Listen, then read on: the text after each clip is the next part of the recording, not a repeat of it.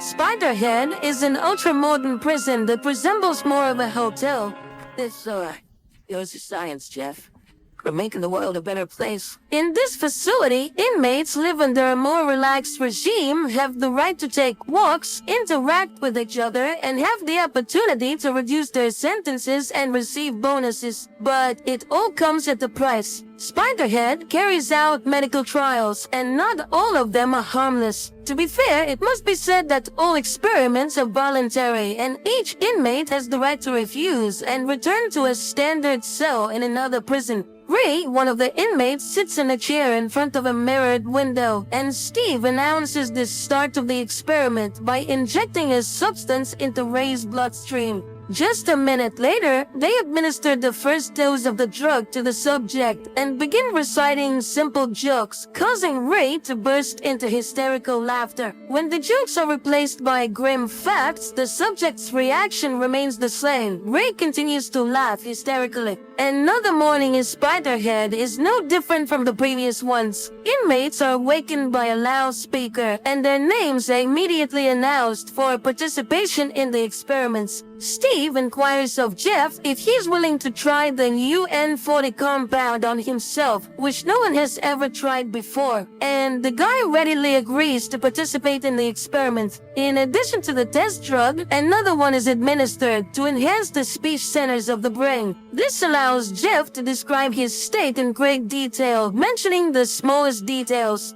Returning to the Spiderhead compound, Jeff meets Lizzie and tells her about his walk today. Unfortunately, he can't recount everything he saw because after taking the substance that enhances vocabulary, a side effect occurs. Jeff can't say even a few words. The only thing the guy remembers is that everything that surrounded him during the experiment, whether it was flowers or factory pipes, elicited the strongest feelings of love and admiration in him. In the evening, while sitting in bed, Jeff recalls how he ended up in prison. He and his friend decided to go for a joyride at the party, and the intoxicated Jeff took the wheel. The next day, the N40 trials, now called Cupid, continue, but this time, Jeff is not alone. Heather, a bold girl who changes her mind about her partner after just a few seconds of drug administration, is invited to join him. The couple's conversation lasts only a few seconds before they cannot resist and engage in intimacy. They don't care that they're being observed and filmed, as the substance completely disconnects their minds from their internal barriers. The process concludes with the young people confessing their love for each other, which delights Steve, and he instructs his partner Mark to closely monitor the subjects to see how they behave when the effects of the substance wear off. The couple feels awkward after what happened and tries not to talk to anyone about it.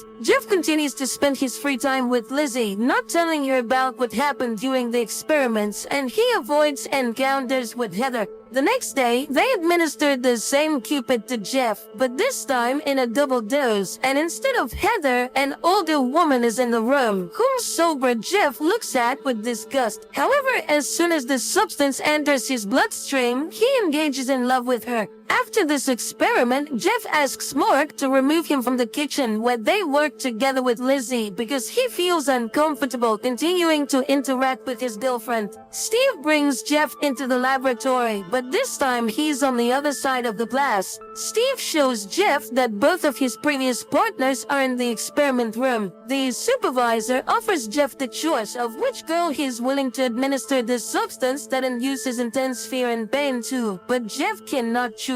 He's indifferent to both of the girls, and he cannot wish harm upon them. In the end, they simply release the girls, canceling the experiment. Having the right to another Friday walk, Jeff calls his girlfriend who was with him on the night of the accident, but once again, he only gets the voicemail. In the evening, Jeff spends time with Lizzie, arranging a small Christmas surprise for her. When Jeff finds himself in the familiar chair in the laboratory, he sees Rogan in front of him, a massive inmate covered in tattoos. Jeff recalls everything that happened with the girls in the previous days and refuses the experiment. Nothing happens, and the men are simply released after a couple of minutes of silence. Jeff realizes what has just occurred. He and Rogan were partners with one of the female inmates, and she was supposed to choose which one of them would receive meds. Bursting into Steve's office, Jeff confirms his suspicions upon seeing Heather there. Furthermore, the doctor does not even argue with the inmate. On the contrary, he shows him a diagram of who is supposed to get close to whom under the influence of the drug.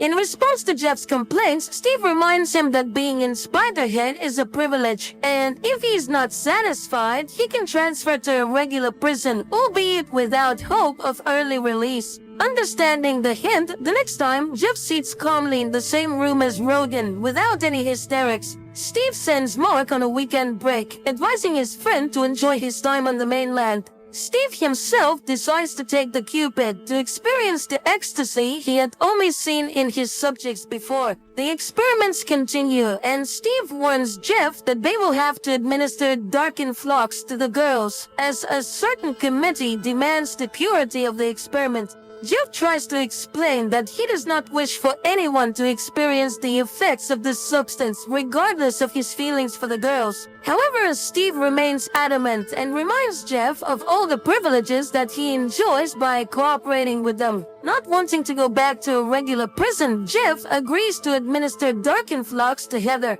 Heather begins to cry and panic, but the management calmly records the data, listening to Jeff's comments, which did not contain any hint of romantic feelings. The experiment's goal is achieved, and Steve plans to conclude it, but an error occurs, and Heather goes out of control. She gets hold of a sharp object and frees herself from the torment caused by the dark influx. While Steve and Mark are busy with Heather, Jeff notices the lost keys belonging to the supervisor and finds a notebook with records of upcoming experiments and a lottery ticket with the same numbers as the names of the meds being administered. Seeing that Steve is no longer behind the glass, Jeff manages to lock the safe and toss the keys back so that the doctor does not realize that his secret is exposed. Steve warns Mark that if anyone finds out about what happened to Heather and he has to answer for it, he will drag everyone who participated in the experiment down with him. Lizzie participates in the experiments for the first time, and the first thing they administer to her is dark influx. After experiencing it, she meets with Jeff in a secluded place and shares her feelings with him. Lizzie confesses that she's not sure if Spiderhead is better than a regular prison with the strictest regime. In turn, Jeff also opens up to his girlfriend and confesses that on the night of the accident, there was not only his friend in the car, but also his beloved girlfriend who did not survive the ride. That's why he willingly undergoes the trials on himself, hoping to somehow atone for his guilt. The candid conversation between the two of them leads to them spending the night together. Steve quickly deduces the close relationship between his wards and decides to use this connection for his own purposes.